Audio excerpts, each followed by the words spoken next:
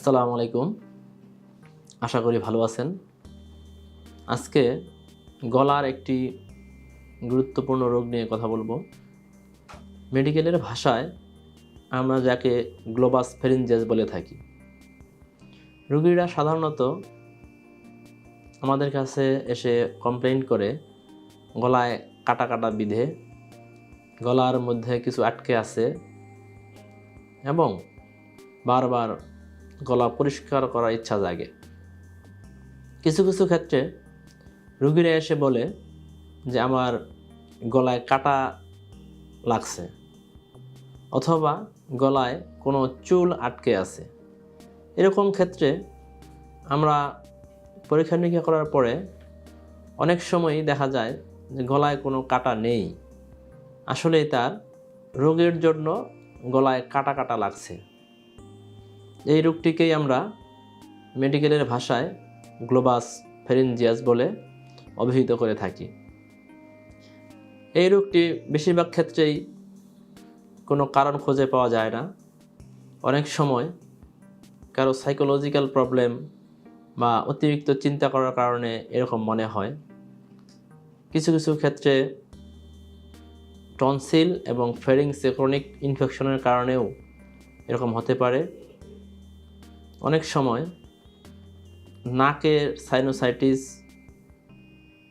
বা deviated nasal সেপ্টামের কারণেও এরকম সমস্যা হতে পারে। কিছু কিছু ক্ষেত্রে থাইরয়েড গ্ল্যান্ডে কোনো নডিউল বা কোনো রোগের জন্য এরকম সমস্যা হয়।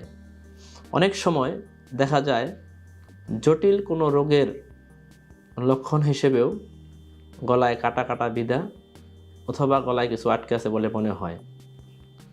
বিশেষ করে খাদ্যনালী, ষড়যন্ত্র বা এর আশেপাশে কোনো জীবনঘাতী রোগ বা ক্যান্সারে আক্রান্ত হলেও গলায় কাটা কাটা বিঁধতে পারে।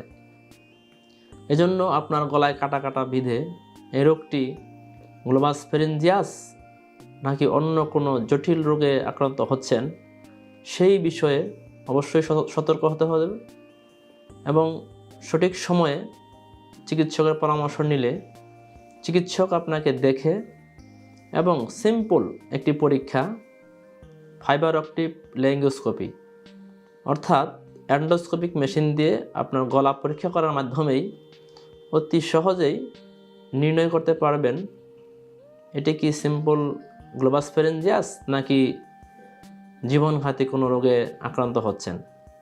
এজন্য গলায় কাটা কাটা বিঁধলে, গলায় কিছু আটকে আছে মনে হলে অবশ্যই এন্ডোস্কোপিক মেশিন দিয়ে আপনার গলা চেক আপ করাতে হবে এবং এর সঠিক চিকিৎসা নেওয়ার মাধ্যমে এই রোগ থেকে নির্মূল হতে পারবেন। অসংখ্য ধন্যবাদ।